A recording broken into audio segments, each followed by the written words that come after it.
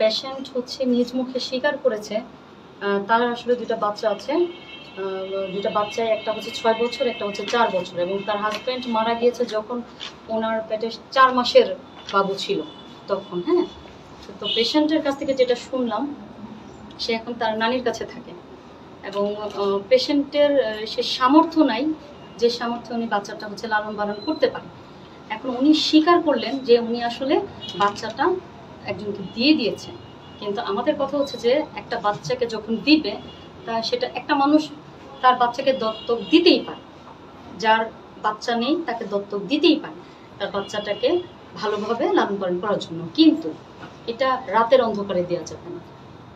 এটা একটা প্রপার নিয়ম আছে, যে নিয়মটা হচ্ছে যে একটা হচ্ছে আমাদের নিয়ম যে তাকে হচ্ছে কি বলে এটাকে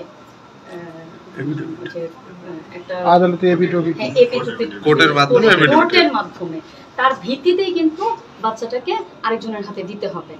ওনার সিজার হয়েছে তিনটা না মানে 3টা, এবং রাত 12টার সময় বাচ্চাটাকে নিয়ে গেছে এবং এটার জন্য এটার সাথে হেল্প করেছে সম্ভবত এখানকার যে আয়া এখানকার নার্স।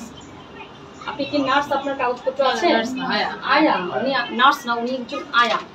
এবং এই বিষয়টা ক্লিনিকের মালিক জানে না, শুধু বাচ্চাটা হয়েছে এতটুকু জানে, নিয়ে গেছে এটা জানেন না, উনি তাই বললেন। কিন্তু আমি ধারণা করতেছি উনি জানেন, উনি নিজের মুখে বলছে জানে না। কিন্তু উনি একটা ক্লিনিক থেকে একটা বাচ্চা চলে যাবে, সেই ক্লিনিকের মালিক জানবে না, এটা তো আসলে হতে পারে না। তারপরও এই ক্লিনিককে হচ্ছে ওনার কোনো লাইসেন্স নাই, ওনার ওটির রুমটা একেবারে অনুপযুক্ত, যার কারণে আমি এখন সিদ্ধান্ত নিচ্ছি যে ওনার ক্লিনিকটা একেবারেই আজকের জন্য বন্ধ করে দিয়ে যাব, সিলগালা করে যাব।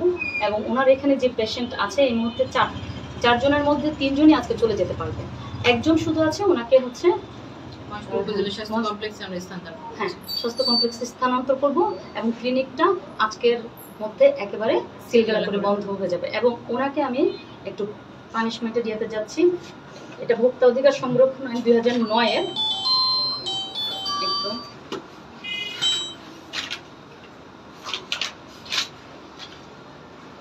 আমাদের 2009-এর ভোক্তা অধিকার সংরক্ষণ আইন আছে, যেখানে 53 নম্বর ধারা আছে, যেখানে বলা হয়েছে অবহেলা ইত্যাদি দ্বারা সেবা গ্রহীতার অর্থ, স্বাস্থ্য, জীবনহানি ইত্যাদি ঘটিবার দণ্ড। আপনার কোটি ঠিক নাই, আপনার লাইসেন্স নাই, আপনার কিছুই নাই, তারপর আপনার এখান থেকে আপনার অগোচরে একটা বাচ্চা হচ্ছে রাতের মধ্যে নাই হয়ে গেল, মানে চলে গেল। যার কাছে দিয়েছেন নাই কোনো ডিট, নাই কোনো কিছু, একটা ডকুমেন্ট উনি আমাকে দেখাইতে পারলো না।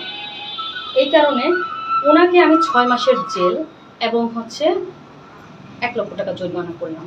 আর যদি অনাদায় হয় তাহলে আরো 7 দিনের মানে 6 মাসের কারাদণ্ড এবং হচ্ছে 1 লক্ষ টাকা জরিমানা করলাম।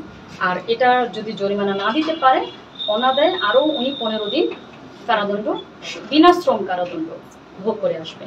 আর ওনার সাথে যে আয়া আছে, উনি মেনলি হচ্ছে পুরো ঘটনাটা জানতেন। ওনাকে আমি আপাতত এখানে থানা থেকে কে আছে, ওনার বিরুদ্ধে নিয়মিত মামলা করার জন্য আমি থানায় ওনাকে সোপর্দ করব।